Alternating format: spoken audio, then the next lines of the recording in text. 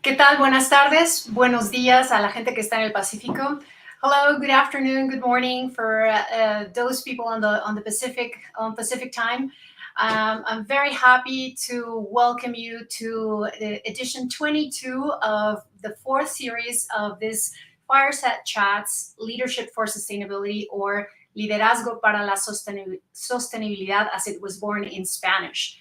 And today, I have a very, very special guest, Gil Friend, who is an expert on sustainability and has been working on the field for over 50 years. But before I introduce you to Gil, let me just say that this series of conversations, well, first I'll introduce myself. My name is Itzel Orozco, for those of you who don't know me yet. I'm a specialist on sustainability and have been working on this field for over 15 years.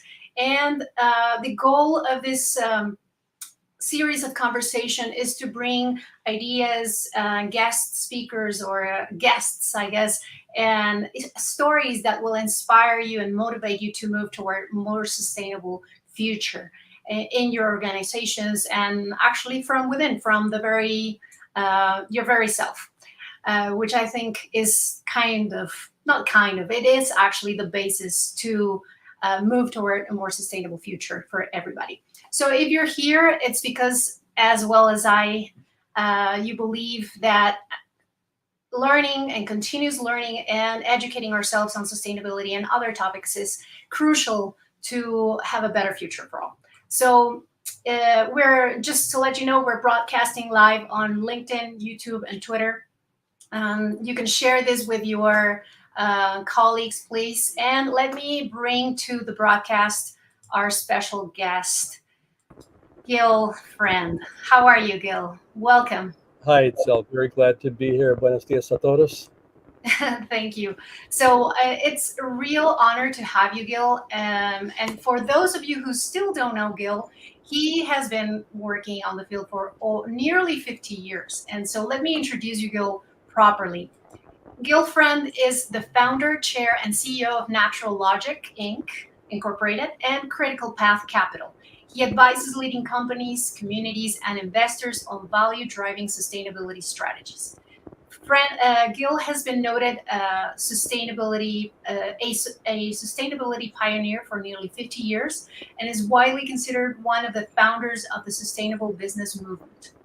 He was named an inaugural member of the Sustainability Hall of Fame, along with Ray Anderson, Amory Lovins, Carl-Henrik Robert, my mentor, and Bob Willard, by the International Society of Sustainability Professionals, acknowledging those people that have contributed the most to the emerging field of sustainability.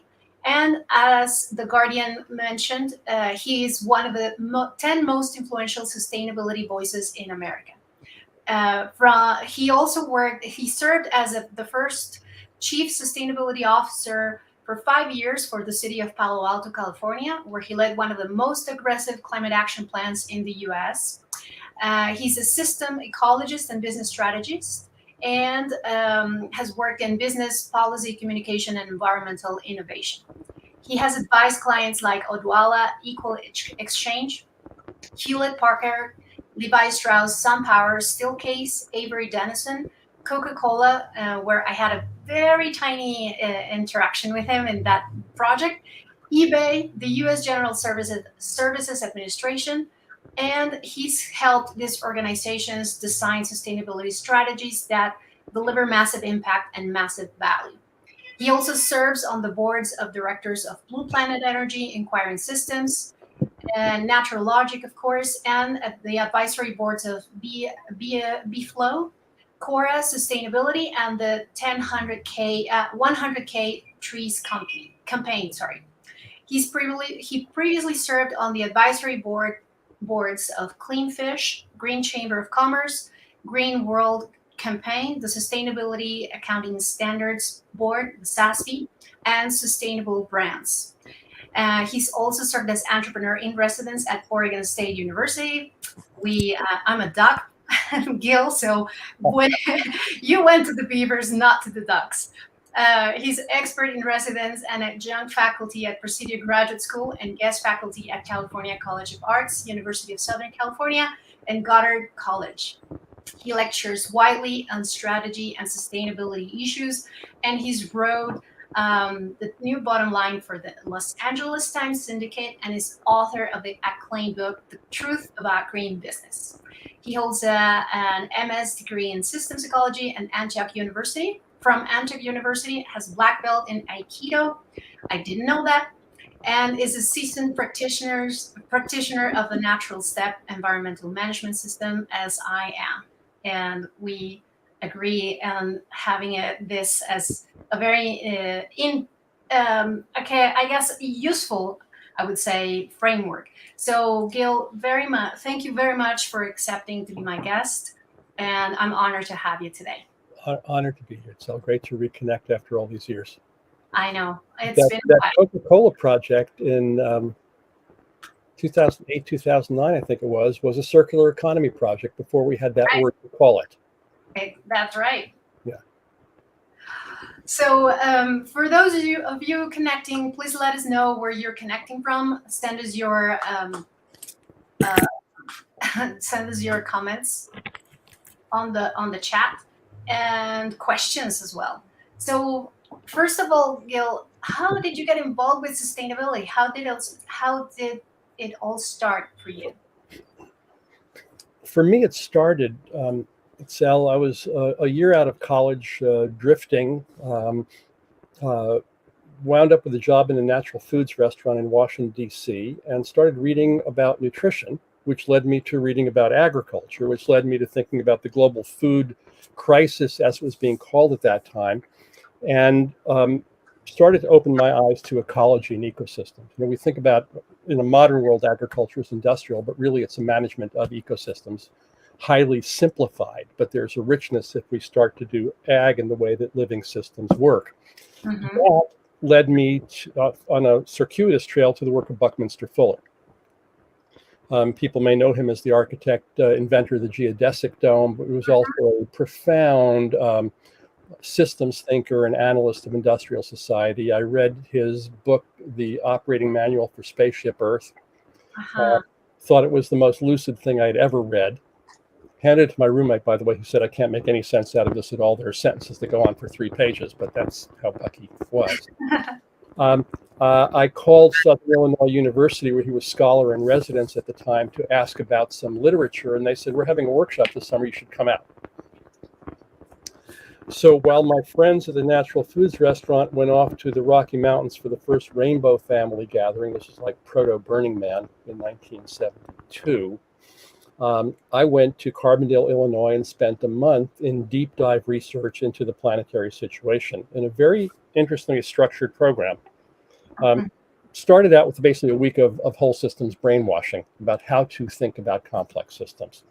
And then a process that Bucky called design science, where we looked at looking at issues ranging from food and agriculture, energy, housing, transportation, education, recreation, and culture, and a number of others. And we asked the question, first of all, what is the current state of humanity? I worked on food and ag, as you might imagine. How many people, how much food does it take to sustain a human being in health? How much is being produced? Where are the deficits?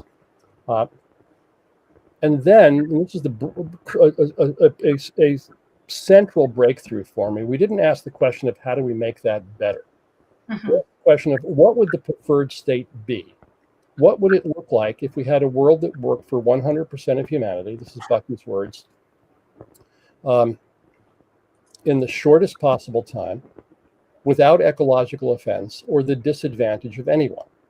And so we projected what might the population be 20, 30, 50 years in the future, how much food of what kind would be needed for that, define the preferred state, and then ask the question, how did we achieve that? I didn't say, how will we get there? We stood in the imagined success of 2050 and looked back at now. And like NASA did with the Apollo moon mission in the 1960s, we asked, what did we do in the last year that brought us to that capstone? What did we do in the year before that? What did we do in the 5 years before that? We reverse engineered the mission. Mm-hmm. as NASA did with the moon mission, which is a good technique when you don't know how to get there, when you're looking at a gap that seems impossible, when the apparently practical steps of today seem inadequate. So we put in the success and imagine the mission backwards, and the stunning realization from that in every single area of activity, groups working separately on these 10 different issues, it was clear, number one, that there was no necessary obstacle to the success of 100% of us on this planet. No. It's not that people are hungry because there's not enough food. There's not enough food in the right places. People can't afford to get the food. There are massive ecological consequences to the ways that we grow food, but it's not an impossibility. In every area of focus, that was clear. There was no necessary physical barrier. And really surprisingly, in this global scale comprehensive look, again and again, the solutions were local, decentralized, place-based, adapted to local conditions.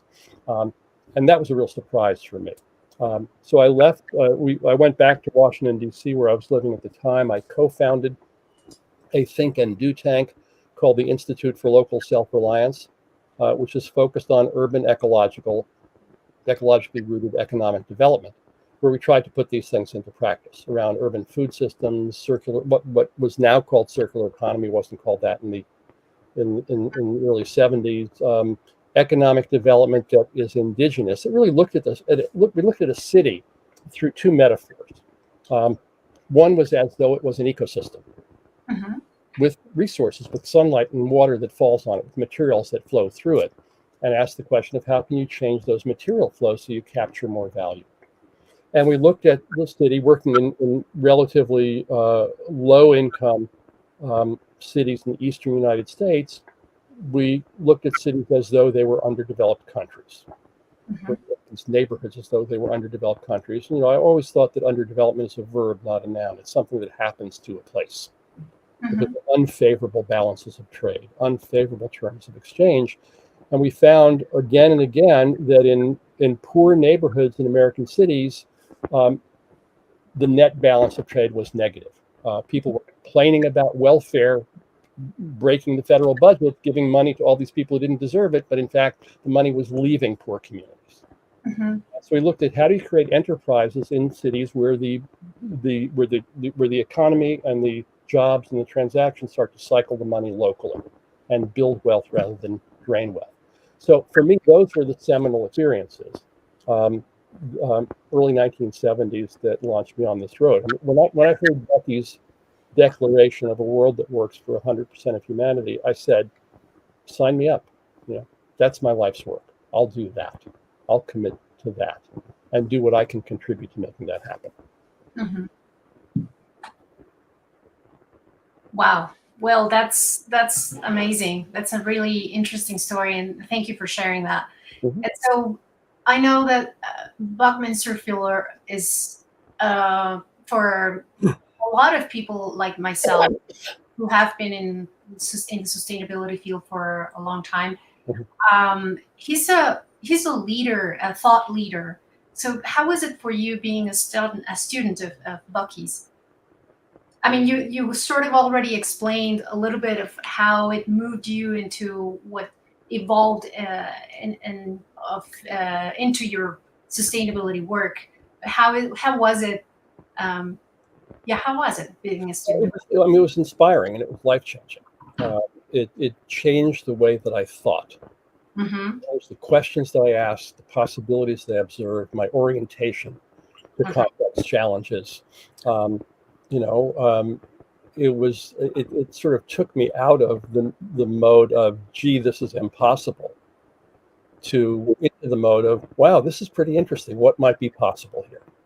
Yeah. It's a creative shift that shifted me from shutdown to opening of doors, and a way of looking and a way of engaging people and challenging people. And I mean, one of the things that he said, it's rarely quoted, but it's really notable. He didn't consider himself particularly intelligent. He considered himself very curious, but he thought that he was of average intelligence and therefore concluded that anybody could do the kind of things that he did and can do great things. So it's a deep respect for the capability of people of all walks of life, all stations.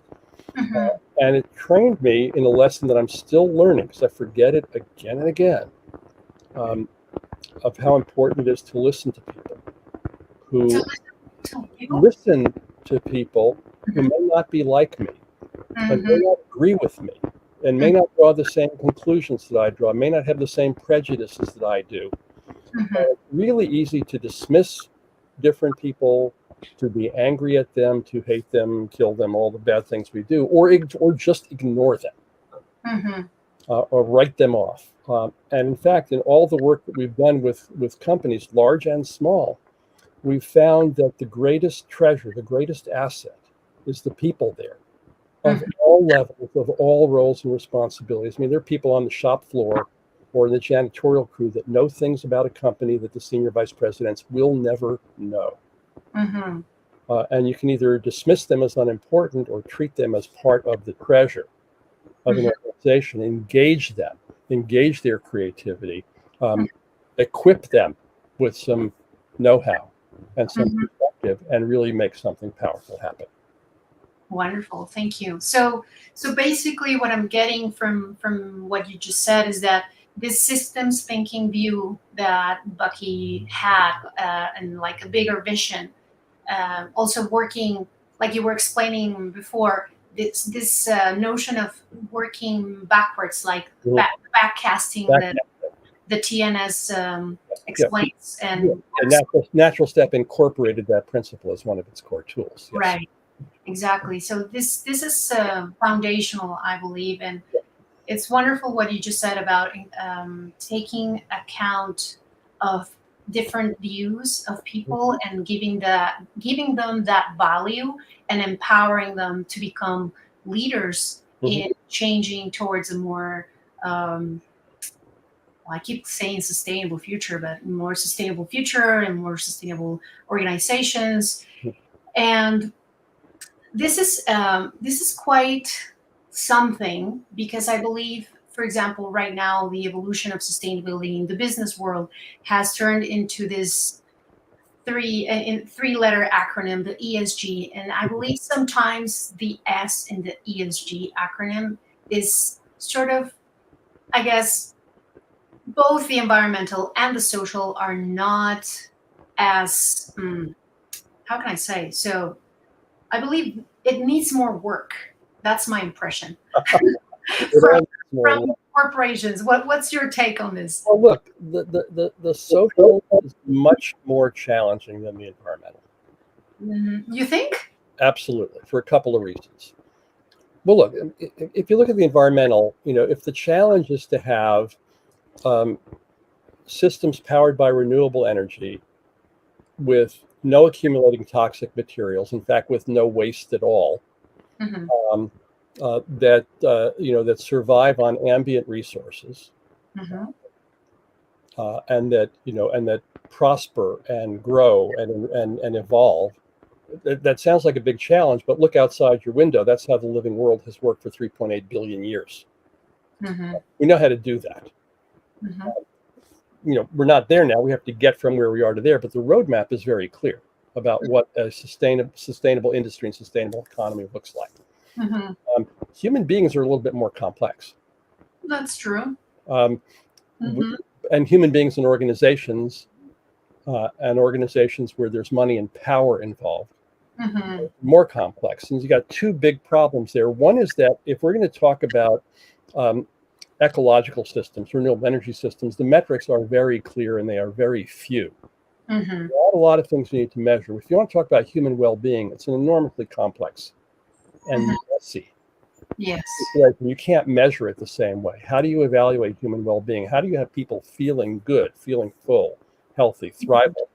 And of course, here you're dealing with emotions and culture and history, and relationships and power. My teacher, Fernando Flores, is fond of saying that we think of ourselves as rational beings. We try to persuade each other with logic and facts and data and so forth. He says, in fact, we're not rational beings. We're biological beings. We're emotional beings. Totally. We're historical beings. I come to you with a lineage of, a couple of generations that I'm well aware of, and dozens of generations before that that I'm not aware of, but that have shaped me and have shaped my cultural views and my worldviews and what I notice and what I believe. And so the social piece is in all of that. And so it fundamentally comes down to, how do we speak to each other? What do we ask of each other? What are in Fernando's words, what are the requests and promises that we make to each other, whether in a family or a friendship or in a company? So it's a much murkier pile of stuff. It's enormously rich, and it's where the change, in fact, happens. We don't get to renewable energy because somebody says it's more economical or it's less, harmful. We get there because human beings make decisions to do that, and they make those decisions together, and that's where the crux of it is. It's very difficult to translate that into a rating. For sure. What folks are trying to do. For sure, because the saying goes, every mind is a world. It's its own world. Yeah. So there's myriads of definitions of success. Like every person will have its own definition of success. Yeah. So that's quite a challenge. I agree, it's quite a challenge. Yeah, and if we look at the environmental piece of it, the measures are fairly concrete. Tons of greenhouse gases, gallons of wastewater, what have you. Even better that in context in relation to carrying capacity, the context sustainability people are talking about. In the social realm, the measures are all surrogates. I don't have a measure of justice in a company. I can measure the diversity on the board, measure the evenness or unevenness of pay scales. I can, but those don't tell me something directly. They hint at something. Yeah. I mean, we have hints that a more diverse board is going to be a more intelligent board. None of us is as smart as all of us, but it's not the same kind of measure as a measure of tons of greenhouse gases would be. That's right. Yeah, and yet I believe that within the ESG work that's been developing for the last couple of years, maybe a little over a couple of years, there's still companies are not quite getting the environmental piece. But I would like to know what your opinion is on this. Well, there are still companies not getting all sorts of things. That's true.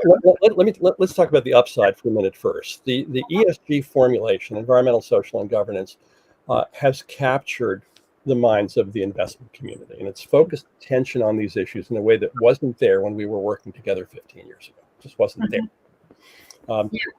There's been an enormous movement of capital into that space, into some level of concern about those issues of tracking the metrics, ostensibly moving financial resources, ostensibly evaluating investments and investment opportunities in accordance with those metrics. And that's a very good thing. It's on the table in a way that it never was before, in my coming up in this field. And in that, we see some real, profound and really impressive movement. Companies making net zero declarations, racing against each other for who can do more faster, which is a good fun competition to have. Are you going to do this by 2050 or 2030 or by 2035? Or like Microsoft, are you going to, make up for all of your historic emissions since your inception? I mean, so there's something going on in corporate strategy thinking that's reflected in those claims, and that's all to the good. On the other hand, there are a couple of problems. One is that for a lot of companies, it's lip service rather than real action. There was a report that came out from one of the climate NGOs 2 weeks ago that said of the top 25 climate leaders among global corporations, most of them don't have any plans behind their goals. And the ones that have the plans behind their goals, their plans are inadequate to reach their goals. So, we need to get real here. The other is that as many critics have been writing about lately, you've seen the dialogues on LinkedIn, ESG does not mean sustainability. Absolutely agree.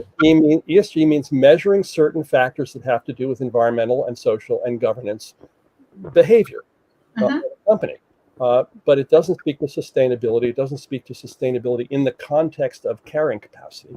And that's where I go back to the work with Carl-Henrik Robert at Natural Step and Bucky Fuller and Janine Benyus at Biomimicry and a number of others that says, look, we belong to a living world. We act as though we don't. We act as though there's this thing called nature out there. Our job as enviros is to take better care of it. Or our job as conscious companies is to be less destructive of it. Right. But the truth is we belong to a living world, along with, billions of other creatures and tons of biomass in a complex relationship that we are in. We're not outside of it, we are in it, and we belong to it. And what would it look like if we did business as though we belonged to the living world? How would we think? What would we do? What kind of questions would we ask? It's a different kind of question than, how do I reduce my greenhouse gas emissions 2% per year for the next 15 years? That's not a bad question. That's a necessary part of the story. Yes. That doesn't orient our thinking to where we are in the world today and what we need to think about. And it's not just how we belong. How we do this as though we belong to the living world is not just about the bees and the bunnies. It's also about 8 billion other people who share this world with us, who have different perspectives, but who all have deeply held concerns about themselves and their families and their families' future. And that's the place where we have an opportunity to come together. And the challenge is that every one of us has also this, I wouldn't say bias, but we have this world vision that's influenced by culture and history, like you were just saying, right? Yeah. So I agree with you in that the social aspect is one of the most challenging parts. Not that the other parts are not, like the environmental, governance, economic. How do we get closer to solving that issue? The Dalai Lama would say compassion. I wouldn't disagree with that, but I would add curiosity and respect. Let's listen to each other. Let's talk to each other. Let's find out what animates each other.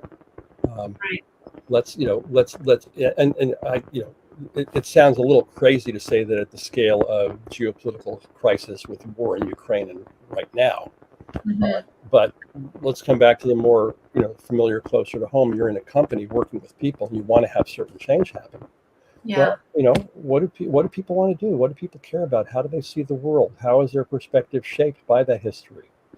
What do they think is possible given their experience? I've always found that far more persuasive than lecturing somebody with a rational argument is showing them an example of something different that's working, that they can see and touch and smell, that addresses their concerns. So they can say, this is interesting. There's something possible here that I didn't know before. Now I see it. Kenneth Boulding used to say that existence is proof of the possible. You can tell me something's impossible all you want. As soon as I can show it to you, you might say, I don't like it. You might say, I don't want to spend the money on it. You might say it's the wrong color, whatever it is. You can't say it's impossible if there it is. And that's been a critical part of the sustainability pioneering work that so many people have done these past few decades, is to put something on the ground that works. The early green building pioneers would say that one of the most phenomenal transitional moments they would find is when they would bring a client into the newly constructed green building. Right. People would feel something in their bodies. They would feel their breath change. They would feel their hearts and spirits lift, because you got a space that is more comfortable, has air quality, has better ventilation, has better lighting. You feel better in it. Now you can also go and look at the economics and how much energy it saves and how it's much less expensive to operate and how you get higher employee productivity in it. All that's there too. But there's something that happens to a human body encountering something new, where something shifts and something opens. Yes. And those openings that we're looking for in our work is, how do we help people find an opening Um, one of the assistant city managers at Palo Alto was fond of saying during executive meetings when people were stuck and said, you can't do this, and you can't do that, and this is impossible. She would sometimes say, well, what might be possible here? Right. Very soft and gentle and very powerful question, because it invites the opening of the imagination. Mm-hmm. Mm-hmm. And that's one of our great talents as human beings, right? Mm-hmm. Creativity. Imagine things that haven't been. Yeah, creativity and imagination. And last week I had Bill Reed as a guest, and by the way, he says hello. Uh, Bill is a former partner of mine and just a great hero and mentor. Yeah. Yes, definitely. Also somebody that I look up to, just like I look up to you. And he was saying also he was referring to the questions that we ask. Yes. This is how things are framed for us to develop something different, better, more innovative, etc. And I think that it's also the quality of the questions that will get you to that different result, to a better result. Or actually, that's what we want, right? So how can we reframe our questions? Because I am with your example of the green buildings, it's definitely an experience to be in an environment that either mimics nature or be in nature, like in the outdoors. That is where things happen for us, like inside, for us environs, like you call us, that we connect to this, wow, there's something here that needs to happen, as in transformation, change, etc. And I don't know a human that hasn't had that experience, like being on the ocean or in the woods, in the mountains. Well, of course, because we've spent most of our millions of years on this planet as human beings outdoors. In the living world, belonging to the living world. This business of living in boxes is relatively recent. Biologically, we're adapted to being in full-on encounter with other living creatures all the time. So, yeah, you're right. I mean, you said better questions. I wonder what for you is a better question. What makes a question a better question? Well, I think it's a little bit like what you were saying with the question of how can this be better, or something like that.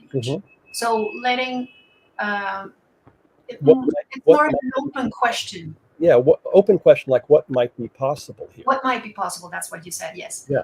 Might be possible. So that brings to the forefront your imagination, your creativity, mostly the possibility, I think. Yeah. For me, reframe questions within like the possibility. As in a context of possibility. Although I understand that sometimes in the business world, particularly, you need to be a little bit more structured and more like. Those are not in conflict. No, I don't think they're in conflict. But at the end of the day, you have to tie things to a number, to a result, to a score, right? Well, at the end of the day, and actually all through the day, you have to make decisions that are practical given the situation that you're in. But here's the choice. Do you focus on here's what I've got and here's what I can do right now, and maybe I can go a quarter of an inch further, given what I know right now? Or do you say, what is it that I want to do, and what do I care about, and where do I want to get to? And then how do I start to design pathways to traverse that gulf? It's an orientation. Imagination has nothing to do with being impractical. It has to do with how do you start to order the practicality? What do you think about? What do you prioritize? How do you design the pieces that can take what I know how to do now and move me in the direction of moving practically and profitably in the direction of where I want to go? This is the biggest challenge for me in the whole sustainable business game, is that, after all these decades in it, I talk with executives at really good companies who say things like, well, we'd like to be more sustainable, but we can't afford it. Like, come on, man. Ray Anderson, founder of Interface Floor, one of the really legends in this field, Yeah. He spent the last 10 years of his life focused not on his own company, but on talking with other CEOs. Because he had the stature as a multi-billion-dollar founder to do that. And he would say to people, look, if your sustainability program is costing you money, you're doing it wrong. Yeah. So the background assumption in the culture that doing something better has to cost more is BS. It's not true. It's not supported by the data. It's not supported by the operating experience of companies. What we find is that, an intelligent, passionate, imagination-fueled commitment to a world that works, a company that belongs to the living world, actually drives innovation, drives performance, drives profitability, drives employee loyalty and customer loyalty, drives brand, reduces risk, increases share value. I mean, come on. This is not about sacrificing for the good of the mother. This is about being smart members of the living world and doing things that work for all life.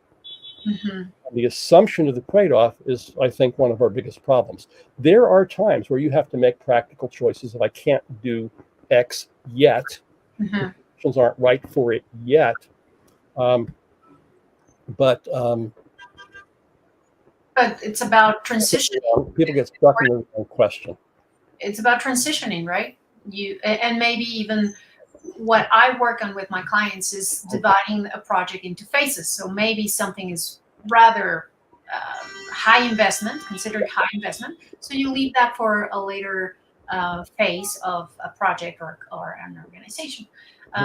But yeah, it continues. Or you have earlier phases that generate enough upside that they start to pay for the later stages. So it becomes a self-generating and self-financing process within a company.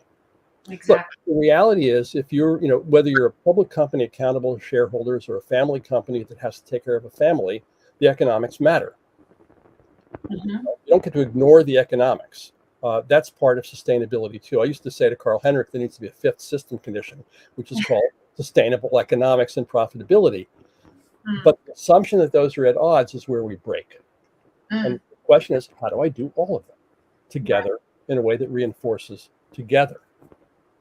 Definitely a complex argument question, which continues to have us working on this field. So how can, I know you were, during the pandemic, you were having these webinars where you talked about the VUCA world. Yes. Volatility, uncertainty, complexity, and ambiguity. I read this term many years ago, actually, more like, I would like to say 7-ish years ago. And I found it fascinating how it aligns with the complexity of working with sustainability or in the context of sustainability. Can you speak a little bit about this? Sure. So early in COVID, I started doing these webinars. I used the VUCA or VUCA as kind of the headline for it. But in particular, wanted to get at the kind of resonance between the COVID crisis and the climate crisis. Massive disruption at global scale, both calling for rapid action. In COVID, we saw a taste of rapid global action, not as much or as effectively as we would have liked, but something remarkable happened there. The pandemic curves, the curves of cases and infections and hospitalizations and death look to me very much like climate curves, which look to me very much like ecosystem succession curves. A J curve may be turning into an S curve. And so I brought people together, had a couple hundred people every month talking about things of here we are in a world that is, to take the acronym, volatile. Big things happen fast. Uncertain. We don't know what's happening next. Complex. You can't just do one thing. All these things are interconnected to each other. And deeply ambiguous. We don't know what's going on, what's caused things, how they interrelate, where this is going to go. And yet we have to be decision makers and actors in the midst of that. I decide whether to go to work or not. I decide whether to go to the grocery store or not. I decide whether to invest in this product or put this plant there, or adopt this policy in the face of this profound uncertainty. How do we do that? And certainly early on in this process, and I guess still for a lot of us, people freaked out. Mm-hmm. People were scared. People reverted to old ideas. People felt immobilized. Lots and lots of emotional reactions for all of us. Mm-hmm. That's the question. If the VUCA world is not just a phenomenon of early 2020, Mm-hmm. but is the nature of the world that we live in, Mm-hmm. now and forever, or at least for the foreseeable future. Agreed. And if anybody wants to disagree with me, I'll arm wrestle them off stage. But I think at this point, there's no question. I mean, who expected, this is Tuesday. Who expected last Tuesday? No one. Tuesday, 7 days ago, that we'd be in the world that we're in today. And that's like the Russian invasion is 6 days old. Yes. Who expected that the world would respond the way that it did? Mm-hmm. The European Union, which, is not known for rapid decision making, Mm-hmm. would turn on a dime on policy. Right. Who would expected that Switzerland, the neutral country, would say, no. I mean, Or the Scandinavians as well. and the Scandinavians and so forth. So VUCA, uncertainty is a given. How do we learn to live in that? I'll quote Flores again, with emotional fortitude. Mm-hmm. Not numbing ourselves to the events of the world, not abandoning the care and the concern, but with some degree of groundedness and calm. Mm-hmm. Not being buffeted by every day's news headline, but saying, I recognize that I'm in a strange time now. I mean, historians are going to look back 200 years from now at this time and say, wow, pivotal moment in human history. Yes. Or in the middle of it, how do we go into this with a combination of both calm and awareness? Not calm by closing things out, but calm by, taking a breath and settling in and recognizing that not only is right now deeply uncertain, but that's actually how it's been for all of human history. Mm-hmm. We've never known, we've imagined that we've known, we've had long periods of relative stability, but if you look at the path of history, it's filled with ups and downs. Mm-hmm. Downs and ups and downs. And just when you think things are great, it turns down. And just when you think things are the darkest, a breakthrough happens. So there we are. So the question isn't trying to predict of what the world going to be like 20 years from now, because nobody knows. Nobody. It's how do we stand grounded today with a global and long-term perspective and think together about Mm-hmm. how do we move forward as best as we can about the things that we care about. And I come back to that because I think that's where one of the pivots is. Bill Reed was one of the people who taught me this, is that behind all of the vividly apparent differences and postures that people take and arguments that people have, Mm-hmm. or religious or ideological stances that people have, behind those there are actual real cares, things that people care about. Right. And it's the Toyota 5 Whys process that we see in industrial process improvement. Why is this happening this way? Okay, got your answer. Well, why was that? Okay, well, but why was that? Asking why 5 times to peel the layers and try to find root cause. Well, you can do that around people's concerns too. And Bill has seen this any number of times where people who are, neighbors who are almost at war with each other, as we say in the United States, lawyering up, to sue each other over development, to block it or force it or whatever it is. If you can get these folks to sit down together, and this is where Bill's a master, and move from the postures to the positions, to the justifications, to the rationalizations, to what are the emotions and concerns that are really motivating people, you find, oh my gosh, people actually care. These people are about to go to court because they both care deeply about their children and their children's lives. Mm-hmm. They have different interpretations about what this project will do, but they have, lo and behold, complete unity about concern for not only their own children, but each other's children. Mm-hmm. So in Bill's process, when you get people to that point, you can say, okay, now let's start to design. Mm-hmm. Let's not say, here's a design, do you like it or not? Let's think about what's the design that loves all the children, in Bill McDonough's wonderful phrase. That's a place where we can come together and start to think about, okay, how do we do that? Mm-hmm. It ain't easy. because it's very easy for somebody to say, yeah, but remember what your grandfather did to my grandmother 120 years ago? Well, no, that's not going to get us there. What do we care about now, and how do we find pathways together that are, sustainable, economically viable, just, compassionate, inclusive, Yes. tender, and full of imagination? Yes, for sure. And creativity. Yes. I'm hopeful that we are evolving as a human species on this. Some days we think so, and some days not. Yeah, I'm hopeful too. Yeah, I that happens to me as well, but I think I'm more on the hopeful side. It's a good place to be. Yes. And then again, sometimes reality hits, and it's hard to stay that way. But I think it's important too. It's not a matter of staying that way. It's it's volatile. Yeah. It changes. I mean, if you're in a relationship with somebody,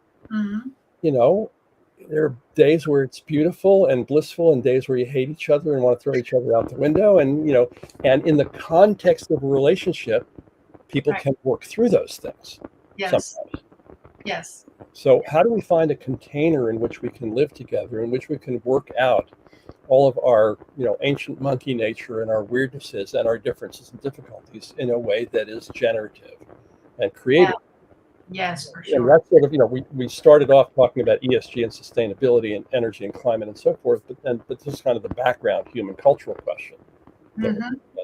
In a very crowded world filled with people of enormously different histories and backgrounds and unmistakable common concerns. Yeah. Different stories that we tell each other and ourselves about them. Yes. I was just thinking I was thinking when you said, when you were referring to this example of what did my ancestors, your ancestors did to my ancestors. It was like, to me, it was immediate match with what's happening with my current president, the current president of Mexico. Anyways, but I don't mean to be political. So in those kind of examples, sometimes I lose the positive overview of things. But let's just but let's drill into that for a moment, as uncomfortable as it is, because that's really important. You say you don't want to be political, but we can't not be political. This is political work. That's true. And because it's political partly because it involves policy. Sustainability involves policy. It's partly political because it involves the conversations among people in the polis, in the city, in the community, because this stuff gets worked out as humans talk to each other about things. Now, some people have more power in those conversations than others. But we have to talk about power too, which is something I find sustainability people don't really like to talk about. In which context? Power in which context? Of power. Power in organizations, power in relationships, power in governments, power in policy, economic power, political power, military power, cultural power. We don't like to talk about that because we have this, la vision of everybody just being nice and talking to each other. In fact, power is part of human affairs. And there's, it's not just military power, which is what we're seeing unfurled now, but it's also social power, which we're also seeing unfurled now. Volodymyr Zelensky is somehow a very powerful man. He gets on his phone and he looks the camera in the eye and he talks to the world, and people say, wow, definitely, that has moved me not just into concern, but has moved me into action. Yes. It's a kind of power than the power that Putin is exercising, but it is a kind of power, right? Greta has a kind of power. We as a movement have a kind. We're uncomfortable talking about it, and I think we would do well to talk about it more. About how do we both compel things to happen when that's what needs to be done, and also engage and persuade and move people when that needs to be done. We shy away from power because we think about hierarchical power over somebody dominating somebody else. But power, if you go back to the physical sciences, is simply the ability to get work done. That's the definition in physics. Mm-hmm. So Mm-hmm. we need that, right? Which to me it's also aligned with the idea of becoming leaders for sustainability, every single person, and empowering people to realize that they have this power Yes. to actually make change Yeah. happen. Yeah. Yeah. For sure. Yep. Right. So we're like 10 minutes to Mhm. the hour. And I have so many more questions for you, Gil, but I want to be respectful of your time and everybody else is watching. We have people from Sausalito, California, from Boca Raton in Florida, Sweden, Mexico. And please, people, if you're watching and have questions, comments, please send them our way before we wrap up. Um, but I want to ask you a couple more questions before we Sure. finish, Gil. Um, you have been considered a sustainability pioneer and thought leader. You Mhm. have a lot of experience, clearly. What has been for you to see this evolution of sustainability in the many years that you have been working on the field? Uh, I would like to ask you both in the business world Mhm. and in more like in a personal side of like or an overview of how people have changed Mm. or how the world has changed. Sure. Good question, Itzel. Um, I think from the business side, what's so striking to me is that these crazy ideas that some of us were running around with 20 and 30 and 40 years ago, Mm-hmm. that people thought were completely impractical. Mm-hmm. We would get doors shut in our faces. Mm-hmm. We would, people would want to throw us out the window. How can you say things like that? Um, um, these things are on the table now. You know, they're on the table in every boardroom in the planet. Mm-hmm. They're on the agenda in every cabinet chamber of every country in the planet. Okay? Mm-hmm. They're in the minds of almost every investment manager, asset manager, um, growing number of families all over the world. These issues that were peripheral and fringe and either ignored or considered crazy are there now. Is enough being done? No. Am I satisfied with the programs? No. Do I trust every word of profound corporate pronouncements about climate goals? No. But they're on the table. In terms of Yes. people thinking about them, confronting them, arguing about them, wondering about them, holding each other to account about them. I mean, there's a great thing about a corporate pledge that's not being fulfilled because Mm-hmm. shareholders can challenge the company. Mm-hmm. Or even more so, as Climate Voice is doing, the employees can challenge the company. Mm-hmm. Climate Voice is organizing the employee base of companies in the tech industry saying, why aren't you holding true to the climate commitments that you're making? Why are you making commitments about net zero, but lobbying in favor of policies at the federal level to take us away from that? So the Yes. claims, even unfulfilled, open up a kind of accountability. So that, I think, is tremendous. And our Mm-hmm. ones who tend to see the glass half empty, they say, oh, these claims are all bull, nothing's really happening. I think, no. The fact that the conversation is joined in a new way, the fact that BlackRock makes the statements that it makes, that Business Roundtable has Yes. 100 and whatever, 80 some odd signatories to a statement, you can argue about their sincerity. You could argue about how well they're performing, but Yeah. the frame of the conversation has shifted. Big transition. I Um, on the personal side, it's more complicated. I'm enthused. I'm exhilarated by the doors that are opening. Mm-hmm. I'm deeply concerned about how poorly we're doing.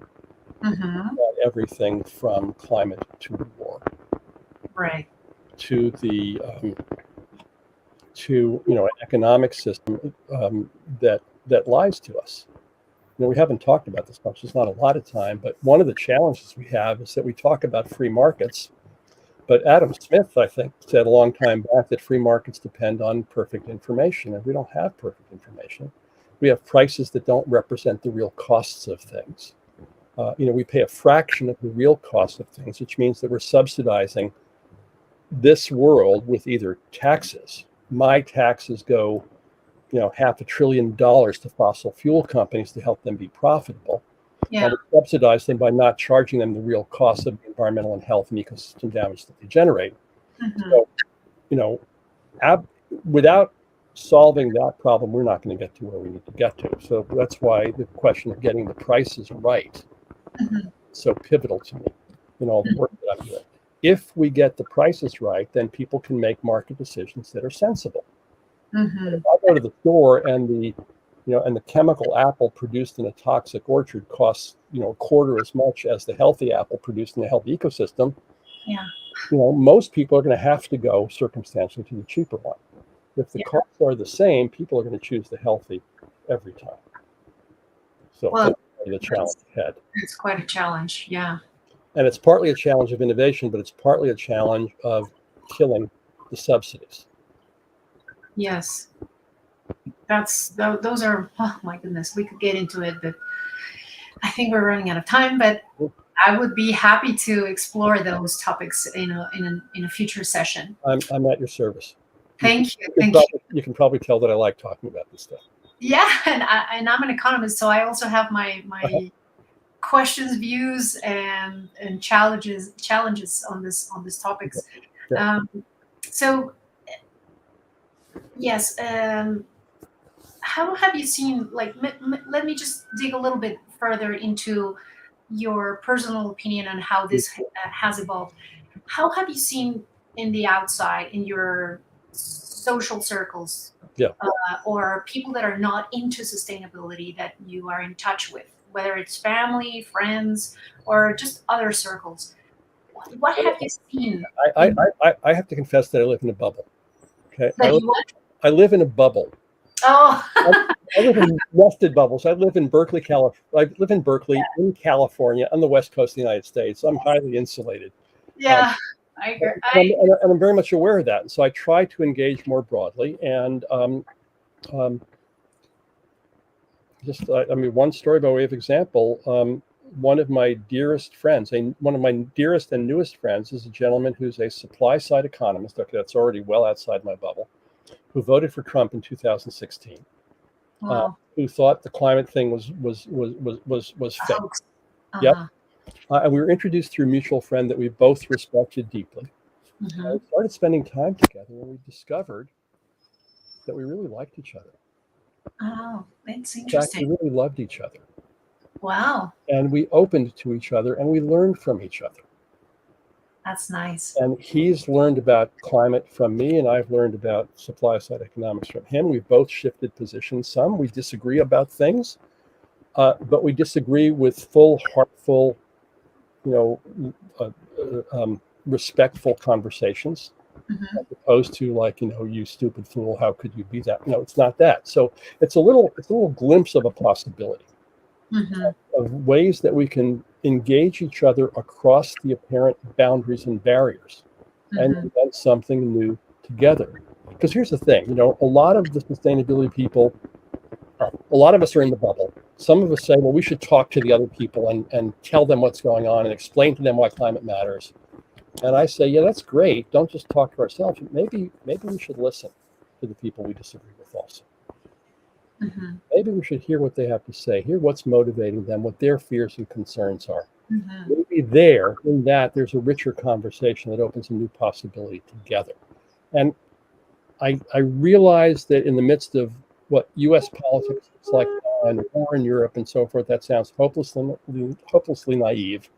And I don't mean that as blinders about what's happening in the physical world, but as a place for us to pay some attention and listen and look for possibility. Because whether it's a matter of national policy or climate policy, or what do we do in my department, in my company, or what do we do with my neighbors on my block, or what do I do in my family with my kids, it's all the same thing at a certain level. It's people talking with each other about how to live in the world together and take care of the things that we care about. Thanks. Thank you, Gil, for that. You got it. So just one last question before we close up. I can keep on going, but this is my last question. What do you think is necessary in order to achieve a regenerative and more sustainable future? Do you think we're gonna actually make it? I'm out of the prediction business. I gave that up. So I question, what should we, what should we do? How should we live now? Look, what we've learned from COVID, right, and what we've learned from the Ukraine response in this last 6 days, and what we haven't learned about climate, is that we can do what we want to do when we really want to do it. Which is to say, when we realize that we absolutely must do it. We sort of realized that around COVID. I mean, the world spent $9 trillion in 1 year, dwarfed the military spending. Nobody asked where the money was coming from. We just did it because we had to do it.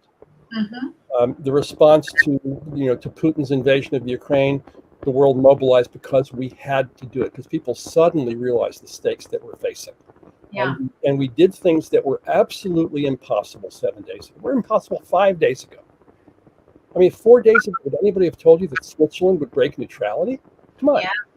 Didn't break neutrality for Nazi Germany. But it did, okay?